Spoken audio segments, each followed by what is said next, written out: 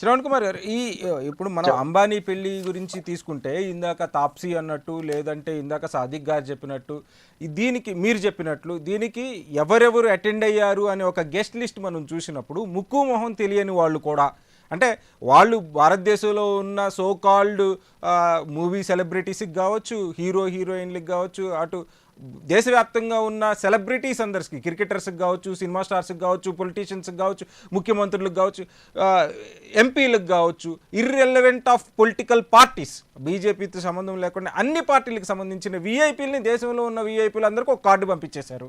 వీళ్ళందరూ ముక్కు మొహం తెలియకుండా కానీ ఆ పెళ్లికి అటెండ్ అవుతున్నారు. స్టేటస్ సింబల్ కేవలం ఒక స్టేటస్ సింబలా, లేకపోతే మనం అదే మీరు ఇందాక అన్నట్టు మనం ఎక్కడో ఈ పెళ్లికి అటెండ్ కాకపోతే మనం మిస్ అవుతున్నాము, మనం ఆ జార్గాన్ లో లేమేమో, ఎట్లా అంటే సైకలాజికల్ ఫీలింగ్ ఇది. ఫేస్బుక్ వచ్చిన కొత్తలో ఫేస్బుక్ లో ఒక 2000 మంది మిత్రులు ఉంటారు, ఫేస్బుక్ ఫ్రెండ్స్ అంటేనే స్నేహితులు. కానీ వాళ్ళు ముఖం కూడా చూసుకోరు, ఎదురుగా మనం కనిపించినప్పుడు కూడా ముఖాన్ని పలకరించారు వాస్తవాన్ని. కానీ దాంట్లో పొద్దంతలే గుడ్ మార్నింగ్ అంటారు. వాళ్ళు చూసుకోవడానికి 2000 మంది ఉంటారు. వారి వ్యక్తిగత కష్టం వచ్చినప్పుడు ఎవరు ఆదుకుంటానికి ఉండరు. ఇక్కడ ఏంటి అంటే చెప్పుకోవడానికి స్నేహితులు, రాసుకోవడానికి స్నేహితులుగానే ఉంటారు.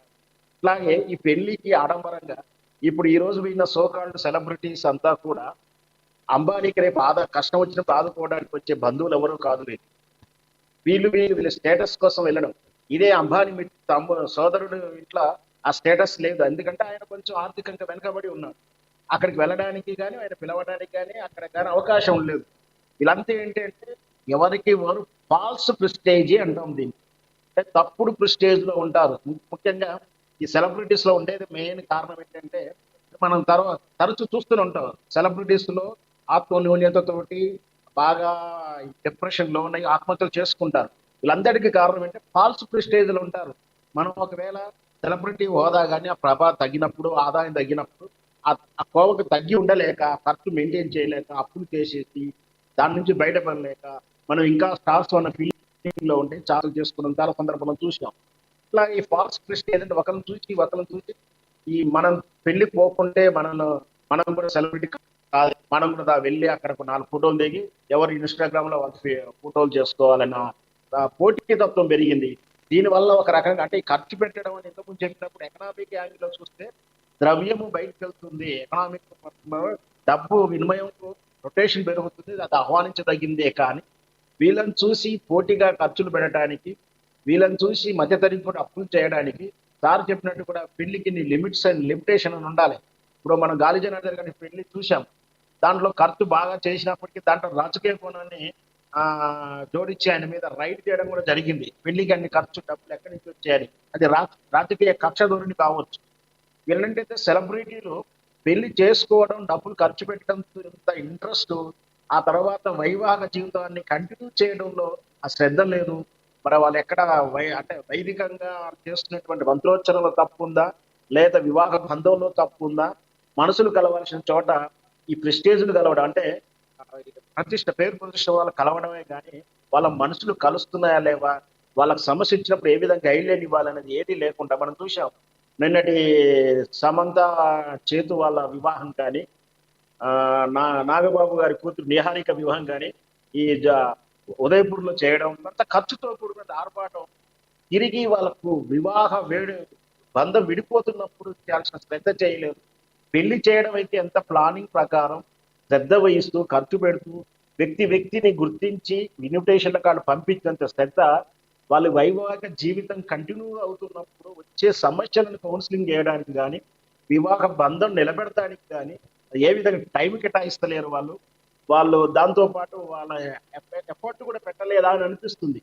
వాళ్ళ వివాహం అనేది వ్యక్తిగతమే, వాళ్ళు విడిపోవడం వ్యక్తిగతమే అయినప్పటికీ మనం ఎందుకు చర్చించాల్సి వస్తుందంటే, వాళ్ళుగా వాళ్ళ పెళ్లి వేడుకని పబ్లిక్ చేస్తున్నారు. ఎందుకంటే వాళ్ళే ప్రతి మూమెంట్ వెడ్డింగ్ కార్డ్ నుంచి వాళ్ళే సోషల్ మీడియా పెట్టేస్తున్నారు. ఈ రోజు మేము పూలు కొనేసాము, ఈ రోజు వెడ్డింగ్ కార్డు కొట్టేశాము, ఈ రోజు ఈ డ్రెస్ డిజైన్ కొట్టేశాము అంటూ అంటే నిహారిక పెళ్లి విషయంలో కూడా చెప్తున్నాను. ప్రతిదీ కూడా సోషల్ మీడియాలో అప్డేట్ చేస్తూ చివరికి ఆమె వివాహం వేడుకలు విడాకుల దశకు వచ్చినప్పుడు మా గురించి మీరు ఎందుకు చర్చిస్తున్నారని ప్రశ్నించింది అప్పట్లో. నేను అప్పుడు కూడా అన్నాను ఏంటంటే, మీరు ఎప్పుడైతే సోషల్ మీడియాలో మీ వ్యక్తిగత విషయాలు షేర్ చేసుకుంటూ వెళ్ళారో అప్పుడే అది పబ్లిక్ అయింది. ఇట్లా పబ్లిక్ చేసిన తర్వాత మీరు దాన్ని డిస్కస్ చేయొద్దనో, అబ్జెక్ట్ చేయొద్దనో అనడం కూడా ధర్మం కాదు. ఇక్కడ వీళ్ళు చేయాల్సిన శ్రద్ధ అనేది ఖర్చు మీద, ఆడంబరం మీద కాకుండా వాళ్ళ దంపతులు కలిసి జీవించాల్సిన దాని మీద శ్రద్ధ పెట్టుకుంటే ఇంకా బాగుండేది. ఎందుకంటే చాలా వరకు ఇట్లాంటి పెళ్లిలన్నీ కూడా కంటిన్యూగా వెళ్ళిన దశ చాలా తక్కువ. 80% కూడా సక్సెస్ రేట్ లేదు. జస్ట్ 20 కూడా ఉండకపోవచ్చు బహుశా.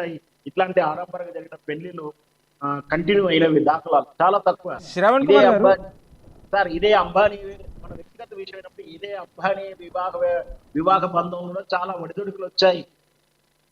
వాళ్ళ వ్యక్తిగత విషయం అయినప్పటికీ అంటే ఏంటంటే వీళ్ళు ఖర్చు మీద శ్రద్ధ, మానవ సంబంధాల మీద పెట్టట్లేరు అనేది నా ఉద్దేశం. అయితే ఇక్కడ మనం వీళ్ళ వీళ్ళ వ్యక్తిగత వ్యవహారాలు మనకి అనవసరమైనప్పటికీ మీరు అన్నట్లు వాళ్ళు పబ్లిక్ చేస్తున్నారు కాబట్టి మనం చర్చ కంపల్సరీగా చేయాల్సిన అవసరం ఉంటుంది. అయితే రెండోది ఏంటంటే వీళ్ళని చూసి చేతులు కాల్చుకునే వాళ్ళ సంఖ్య చాలా ఎక్కువగా ఉంది. ముఖ్యంగా ఆడపిల్లలు నా పెళ్లి కూడా ఇంత ఆర్భాటంగా జరగాలి, లేదు నా పెళ్లి కూడా ఒక డబ్బున్న వాడితో జరగాలి, నా పెళ్లి కూడా లేదు ఒక స్టేటస్ సింబల్ ఉన్న వాళ్ళతో, లేదు అమెరికా వెళ్ళేవాడితోనే జరగాలి, ఇక్కడ ఉండేవాళ్ళు మనుషులు కాదు, ఇక్కడ ఉద్యోగం చేసే వాళ్ళతో నాకు వద్దు అనే ఒక భ్రమలోకి ఆడపిల్లల్ని నెట్టబడుతున్నారు కదా. ఈ ఇంపాక్ట్ వాళ్ళ మీద పడుతుంది కదా అనేది ఒక సమాజం ఎదుర్కొంటున్న సమస్య. ఇది బలమైన సమస్య. ప్రత్యక్ష సాక్షిని. ఎందుకంటే నేను జర్నలిస్ట్, మీడియా వర్క్స్తో పాటు ఒరిజినల్గా వ్యక్తిగతంగా event management, event organization business ఉంది. నేను ఈవెంట్ కొటేషన్కి వెళ్తున్నప్పుడు పేరెంట్స్తో మాట్లాడుతున్న విధానానికి, పెళ్లి కూతురు కానీ పెళ్లి కొడుకు గానితో మాట్లాడుతున్న విధానానికి చాలా వ్యత్యాసం ఉంటుంది. ఫస్ట్ బాబు అంటే పెళ్లి కొడుకు కానీ పెళ్లి కూతురు సెలెక్ట్ చేయాలంటారు. వాళ్ళేమో మనన్నట్టు రిచెస్ట్గా కానీ, చాలా క్లాస్గా కానీ, డిగ్నిఫైడ్గా ఉండడానికి కానీ, ఒక డామినేటెడ్గా ఉండడానికి కానీ, ప్రెస్టేజ్గా ఉండడానికి డిజైన్ సెలెక్ట్ చేస్తుంటారు. కన్న తండ్రి మాత్రం అంత వద్దండి, వాళ్ళు ఏదో అన్నారు కానీ మీరే ఏదైనా మేనేజ్ చేయండి, అది నాకు దొరకదని చెప్పండి. ఇట్లా వాళ్ళ తల్లిదండ్రులు కూడా మనకు కొంచెం ఇండైరెక్ట్గా చెప్తూ ఉంటారు. అంటే పిల్లలు ఒకరిని చూసి ఒకరు గొప్పగా చేసుకోవాలని. ఎందుకంటే వాళ్ళ పిల్లల్లో ఫ్రెండ్ సర్కిల్ చెప్పుకుంటారు కదా, పలానా పెళ్లి గొప్పగా జరిగింది, పలానా పెళ్లి జరిగింది, అవి చూస్తున్నప్పుడు నేను కూడా అంత గొప్పగా చేసుకోవాలనుకుంటూ ఉంటాను. కానీ తండ్రి యొక్క స్తోమత ఏంటి, ఆర్థిక పరిస్థితులు ఎలా ఉన్నాయి, ఇవి వాళ్ళకి తెలిసినప్పటికీ కూడా వాటి అధిగమించలేక కొంచెం ముభావంగాను మొహమాటంగాను ఉంటారు ఆ పెళ్ళప్పుడు. లాస్ట్కు ఏదో ఒక రాజీ పడుతూ ముందుకెళ్తుంటారు. అంటే ప్రిస్టేజ్ అవ్వాలి, ఒకరి నుంచి ఒకరు పెరుగుతూ ఉంది. పెళ్లి జరుగుతున్నప్పుడు కూడా పెళ్లికి ముందు అతను 2 లక్షలు 3 లక్షలు ఎస్టిమేషన్ వేసుకుంటాడు. చివరికి పెళ్ళంతా లెక్క చేసి చూస్తే 6 లక్షలు 7 లక్షలు ఉంటుంది.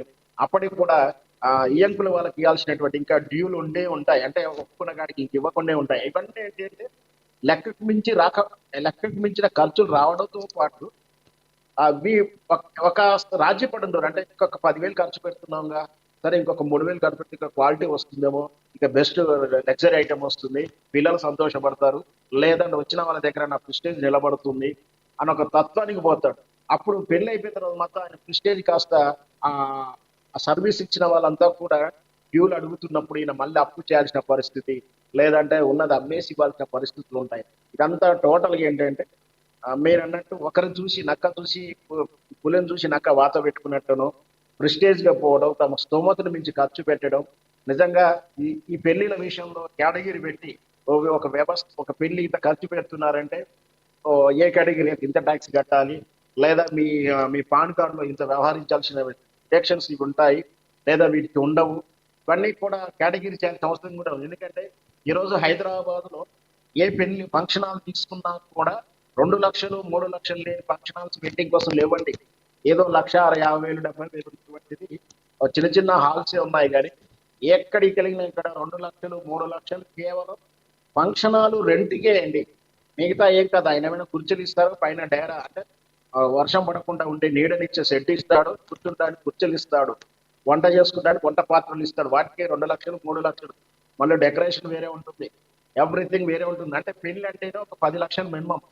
మధ్యతరగతి కుటుంబం పెళ్లి 10 లక్షలు ఖర్చు అండి. కట్న కానుకలు వేరు మళ్ళీ. సో ఈ విధంగా ఏంటంటే ఈ రోజుల్లో కాంపిటీషన్ పెరిగిపోయింది, గ్లోబలైజేషన్ వెళ్ళిపోయాం. అంటే మనకు మన పక్కింటోళ్ళతో కాకుండా, మన పక్కూరితో కాకుండా ప్రపంచంతో పోటీ పడడం, ప్రపంచంలో ఏం జరుగుతుందో చూడడం, అంటే అంటే ఒకప్పుడు ఉదాహరణకి ఈ అంబానీ ఇట్లా పెళ్లి జరిగినప్పుడు మనం గతంలో తెలవాలంటే ఏ 2 రోజులకో తెల్లారో పేపర్లోనో ఎక్కడో వచ్చిన క్లిప్ చూసేవాళ్ళం. కానీ ఈ రోజు అట్లా కాదు కదా. ప్రతి మూమెంట్ సోషల్ ప్లాట్ఫామ్ అరచేతిలో చూస్తున్నాం. దాంతో ఇంపాక్ట్ అయిపోతుంది. చిన్నపిల్లల కానించి పెద్దవాళ్ళ వరకు ప్రతిదీ ఆ అరచేతుల్లో ఉండేసరికి ఇన్ఫర్మేషన్ రావడంతో పాటు వాళ్ళు కూడా వాటి లోన్ అవుతున్నారు. అది మంచి కావచ్చు, పెళ్లి సంబంధాల విషయంలో కావచ్చు, ఏదైనా సరే ఇంపాక్ట్ అయిపోయి తమకు మించినటువంటి ఖర్చు అంటే పెళ్లి విషయంలో చేస్తున్నారు. పిలిచి ఇచ్చినందుకు లోన్లు తీసుకొని ఈఎంఐల రూపంలో బలి అవుతున్నారు. ఏ రకంగా చూసినా కూడా ఇదంతా కూడా ఏంటంటే కాంపిటీషన్ లో అంటే వేరే